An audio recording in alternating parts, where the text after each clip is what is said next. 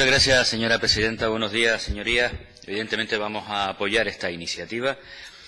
Y decía mi compañera al principio de la anterior comparecencia, la importancia a veces de las palabras y el cambio de denominación de la consejería, derechos sociales. Pero para mí hay algo mucho más importante que la denominación de una consejería, y es lo que se establece en la ley.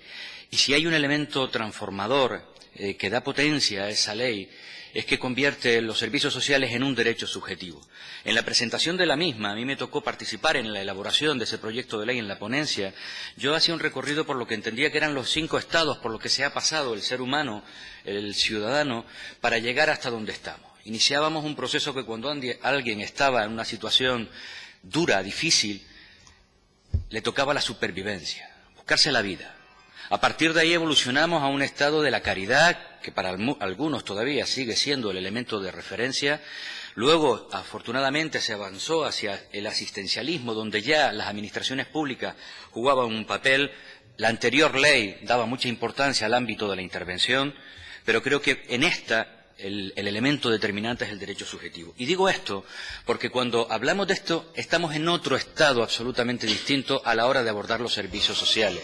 Y además hemos debatido de la ley de dependencia en el estado en que se encuentra, pero podemos hablar de discapacidad, de infancia, de mayores, y estamos muy lejos de donde nos gustaría alcanzar. Por tanto, se trata de ir mucho más allá, de hacer cosas que hasta ahora no hemos hecho y se demuestran que no, si las hemos hecho no han funcionado. Y ahí es donde encaja perfectamente la innovación, la investigación. Los artículos del 77 al 80 de nuestra ley, por eso me sorprendió un poco también esta proposición no de ley, una ley que aprobábamos hace apenas unos meses, pero perfecto, del 77 al 80. Calidad, formación, innovación e investigación, y calidad y estabilidad en el empleo, fundamental. Por cierto, el 81, evaluación. Sin nada de esto, evidentemente, no alcanzaremos los objetivos. Pero algo importante de esta PNL es que no aborda la innovación y la investigación solo desde la perspectiva que en ocasiones entendemos por estas palabras, la tecnológica.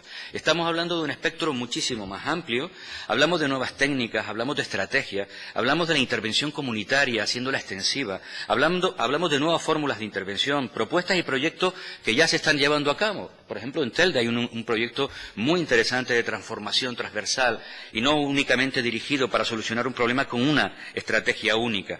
A partir de ahí, apoyarse, por supuesto, en el propio sector, en la propia administración pública, de sus equipos directivos, en cada uno de sus ámbitos, para hacerlo posible. Pero también, y esa es otra de las esencias fundamentales de la ley, aunque hablamos de un derecho subjetivo, de la responsabilidad pública, el conjunto de la sociedad tiene que participar. Y yo voy a hacer una propuesta.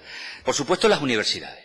Por supuesto, el Colegio de Trabajadores Sociales, también el de Educadores Sociales, todos los de alguna forma intervienen.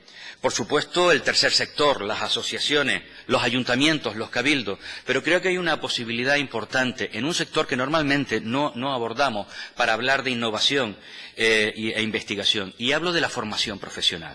Las ramas de formación profesional directamente relacionadas con el ámbito del trabajo social es una oportunidad única porque combinan, en ocasiones la universidad está más en el plano teórico de las ideas, pero el ámbito de la formación profesional, de la conexión directa con aquellos profesionales que al día siguiente ya van a empezar a trabajar de manera directa fundamentalmente con los usuarios, y por tanto es una herramienta, es una posibilidad para poder trabajar y transformar, para poder darle valor a ese elemento de innovación, de investigación. Así lo hacen en el País Vasco, así les va. Así nos va, y por tanto creo que en ese sentido podríamos también aplicarlo en ese sentido.